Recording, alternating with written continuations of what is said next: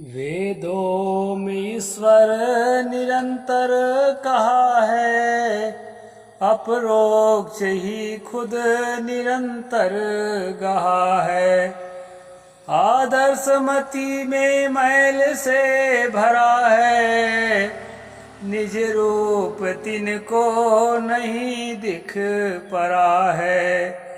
शिखा दीप को जैसे वायु हिलावे, विषय आत्मा को भी चंचल बनावे।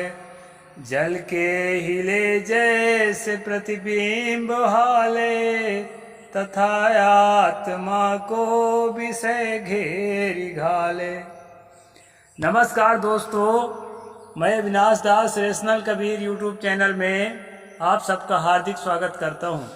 साथियों, यदि चैनल को सब्सक्राइब नहीं किए हैं तो सब्सक्राइब जरूर करें, शेयर करके अपने सभी साथियों तक सभी ग्रुपों में पहुंचाएं, बेल आइकन को प्रेस करें, ऑल नोटिफिकेशन ऑन करें, लाइक और कमेंट जरूर करें। दोस्तों, जैसा कि आपको मालूम है, रेशनल कबीर यूट्यूब चैनल किसी भी जाति, धर्म, संप्रदाय या विषय व्यक्ति विशेष को आहत पहुंचाने के लिए क्रिएट नहीं किया गया है। इस चैनल का परम उद्देश्य है दोस्तों, जन जन में वैज्ञानिक चेतना को जागृत करना, तर्कशील बुद्धि को समाज में स्थापित करना और देश को उन्नति की ओर आगे ले जाने में अपने भागीदारी सुनिश्चित करना। अभी मैंने कविता पढ़ के आपको सुनाया है दोस्तों। ये एक न्याय नामक छोटी सी किताब है। इसके रचनाकार संत श्री निर्मल साहेब जी इसके रचनाकार हैं। अभी दूसरी पीढ़ी पहले की है, तत्काल के संत नहीं है, आज दुनिया में नहीं है, लेकिन उनकी कीर्ति इस किताब के रूप में है। साथियों, हर युग में रेशनलिज्म को आगे बढ़ाने वाले जो संत हैं, जो विचारक हैं, जो ज्ञानी हैं, हर समय में हुए हैं और समय में सब बंधे होते हैं। उस समय की जो मान्यताएं होती हैं उसका प्रभाव हर व्यक्ति को होता है, जैसे आज की मान्यताओं का प्रभाव हम लोगों पर है। तो साथियों, ये अपने समय के प्रभाव से जो 2 कदम आगे रहता है वही सच्चा तार्किक है, सच्चा वैज्ञानिक है और सच्चा रेशनलिस्ट है। तो ये संत निर्मल साहेब अपने न्यायनामा इस किताब में जो कविता है दोस्तों, इसका मैं संक्षेप में अर्थ कर देता हूँ। आज की चर्चा इसी विषय पर हम रखते हैं। वेदों में ईश्वर निरंतर कहा है। वेद में सहस्त्र बाहु, सहस्त्र शीर्षा, सहस्राक्ष, ऐसा करके वेदों में श्लोक है ईश्वर के बारे में कि उसके हजारों हाथ हैं, हजारों कहना चाहिए कि आंखें हैं, हजारों मस्तक हैं। ऐसा करके वेदों में कहा गया है दोस्तों ईश्वर को। तो अगर ऐसा कोई ईश्वर है तो ये समाज ही है वो ईश्वर, क्योंकि समाज में यह सब चीज है। इसमें कहा है वेदों में निरंतर ईश्वर की प्रतिपादन किया गया है। लेकिन दोस्तों, दूसरे लाइन में लेखक कहते हैं कि अपरोक्ष ही खुद निरंतर कहा है। अपरोक्ष का मतलब होता है अपने आप, यानी हम बाहर की बात चाहे जितना करें, बाहर के ईश्वर के, देवता के, लोकांतर की बात चाहे जितना करें, लेकिन आखिर में हमें यही लोक दिखाई पड़ता है, यही दुनिया दिखाई पड़ती है, यही अपना जीवन दिखाई पड़ता है, यही अपनी ही चेतना दिखाई पड़ती है। दिखाई पड़ने का मतलब अनुभव में आना। अपनी चेतना सबको अनुभव में आ रहा है कि मैं एक चेतन पदार्थ हूँ, चेतन व्यक्ति हूँ और मैं सोच सकता हूँ, बोल सकता हूँ, अपने अंदर फीलिंग कर सकता हूँ, अनुभव कर सकता हूँ, अनेक तरह से अपने अनुभूतियों को व्यक्त कर सकता हूँ और लोगों को जना सकता हूँ, और मेरे जैसा दूसरी चेतना है वो जान सकता है। ऐसा हर व्यक्ति को हर समय महसूस हो रहा है जागृत अवस्था में। यानी इसी को कहते हैं अपरोक्ष। बाहर के चीज़ों को जब जानना हम छोड़ देते हैं तब मन अपने आप में ठहरता है। उस समय हमें अपने आप की अनुभूति होती है, अपने अंदर की दुख की अनुभूति होती है, अपने अंदर के सुख की अनुभूति होती है, और अपने अंदर के सुख और दुख को अनुभव करने वाला अपना जो अस्तित्व है उसकी भी अनुभूति होती है कि मैं सुख को जान रहा हूँ, मैं दुख को जान रहा हूँ, मैं मान को जान रहा हूँ, मैं अपमान को जान रहा हूँ। ये सब का बोध मुझे हो रहा है, इसलिए मेरा अस्तित्व चेतन अस्तित्व है, निर्जीव अस्तित्व नहीं है, ऐसा अनुभव होता है। तो इस प्रकार से लेखक जो है यहाँ पर बता रहे हैं कि ईश्वर की बात करने वाला व्यक्ति कभी ईश्वर का अनुभव नहीं करता। जब हो तब तो करे, उसके बारे में कल्पना की जा सकती है, कल्पना की उड़ानें भरी जा सकती है, लेकिन अपने बारे में कल्पना की उड़ानें नहीं भरा जा सकता दोस्तों, क्योंकि आप तो स्वयं है ही। इस बात को उन्होंने कहा, वेदों में ईश्वर निरंतर कहा है, अपरोक्ष ही खुद निरंतर कहा है।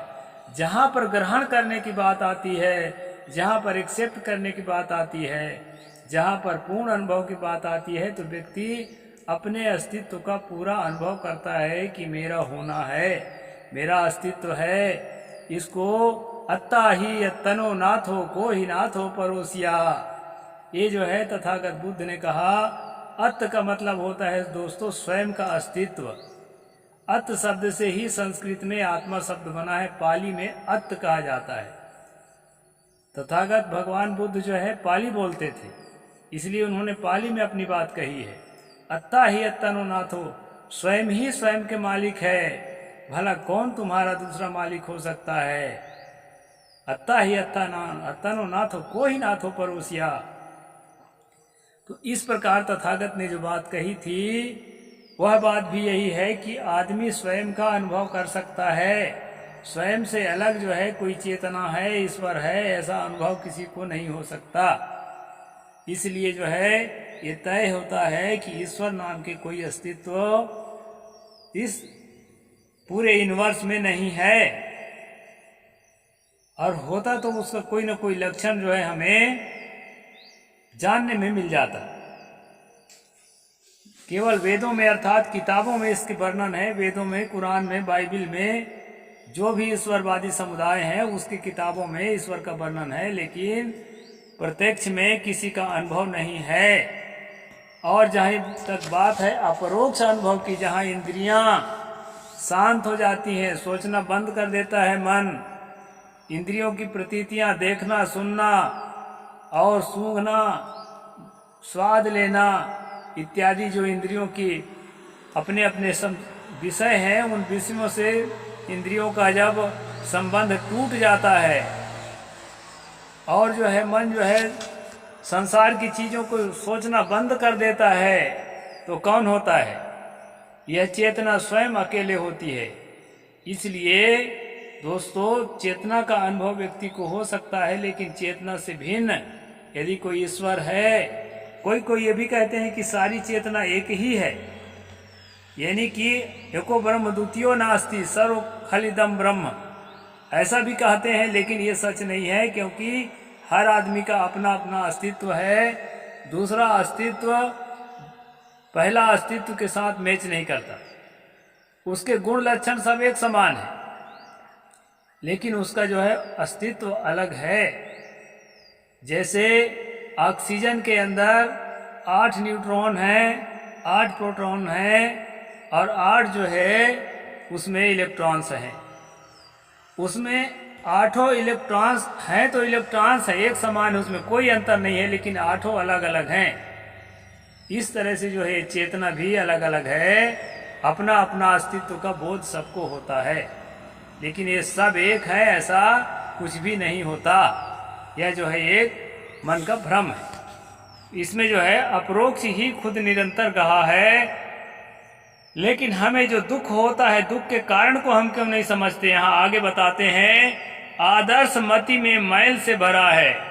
आदर्श मतलब होता है आईना, दर्पण। हमारा मन क्या है? दर्पण है। और मन जो है मन मैल से भरा है, काम क्रोध लोभ मोह से भरा है। ईर्षा द्वेष से भरा है, तमाम तरह के मनोविकारों से भरा हुआ है, मन की गंदगी से भरा हुआ है। तृष्णा में हम अच्छी तरह से जो है फंसे हुए हैं, इसलिए जो है आदर्श मति मैल से भरा है, निज रोग तिनको नहीं देख पा रहा है। तो विशुद्ध अवस्था में अपनी चेतना का अनुभव उसको नहीं होता है, सहज अवस्था का अनुभव, निर्वाण का अनुभव उस आदमी को नहीं होता जो तृष्णा की धारा में गोता लगाता है। तृष्णा शांत होने पर, मन जो है बाहर से लौट जाने पर, जब सारी चीजों को देखना सुनना भोगना बंद कर देता है मन, उस समय जो अनुभूति होती है वही आपके चेतना के विशुद्ध अवस्था की अनुभूति। उसके अलावा अलग से कोई ईश्वर परमात्मा ब्रह्म खुदा किसी को न कभी मिला है और न मिलेगा, ऐसा यहाँ लेखक जो है स्पष्ट कर रहे हैं। निज रूप तिनको नहीं देख पा रहा है, उस आदमी को अपना चेतन स्वरूप अनुभव में नहीं आ सकता, जो बाहर के प्रपंचों में प्रपंचा अभिरता पजा निपंचा तथागता। तथागत बुद्ध ने कहा जो आम जनता है वो प्रपंच में अभिरत रहती है और जो निष्प्रपंच हो जाता है वो तथागत होता है। तथागत का मतलब होता है जैसा आया वैसा जाने वाला,